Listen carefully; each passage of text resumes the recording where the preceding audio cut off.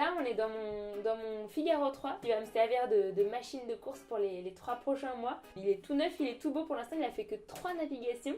Je prends beaucoup de plaisir à naviguer sur ce bateau-là. Passer en 60 pieds, du coup, c'est un bateau qui fait 18 mètres de long, presque 2 fois la taille de celui-là, presque 3 fois la taille de mon bateau précédent. Ça change à la fois rien et tout, c'est-à-dire que c'est un bateau à voile et qui fonctionne avec les mêmes règles, mais en même temps, c'est un bateau où tout est tellement gros, il y a tellement de charge, il y a tellement de puissance, presque de violence, qu'il faut faire encore plus attention à ce qu'on fait. Parce qu'une erreur, on peut la payer vraiment très cher. C'est des machines qui sont fascinantes. Faire le tour du monde en moins de 80 jours, c'est absolument incroyable. Participer au prochain Vendée Globe, ça faisait pas du tout partie de mon plan de carrière. C'est 3 mois tout seul en mer, rien que ça, quelle que soit la taille de la machine, c'est quelque chose qui fait peur.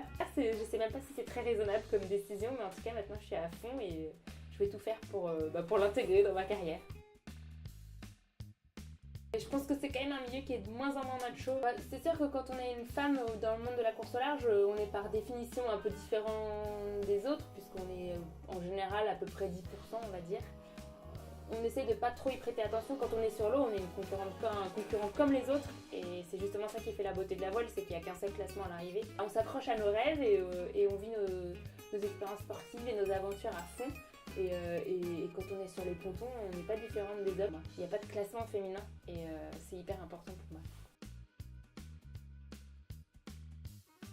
Pour le coup, je pense que l'un de mes plus beaux souvenirs en mer, c'est vraiment en course au large.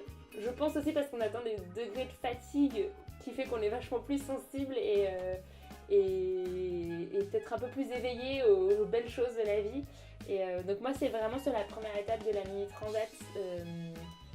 J'ai connu un état de gratitude envers les éléments, alors que pourtant il n'y avait pas beaucoup de vent et j'avançais pas très vite et c'était même un peu frustrant, on va dire, en termes de performance. Mais voilà, j'ai connu des... Enfin, c'est pas très concret comme expérience, mais j'ai connu des nuits étoilées et des sensations voilà, j'étais vraiment bien heureuse, Clarisse, sur mon bateau, juste à me sentir bien parce que j'avais enfin l'impression de savoir contrôler mon bateau et qu'il faisait vraiment que c'était le prolongement de moi-même. Et ça, c'était une sensation juste géniale et je repense souvent à ce moment-là en espérant reconnaître cette sensation de... Ouais, j'étais juste bien là où j'étais et j'avais envie d'être nulle part ailleurs.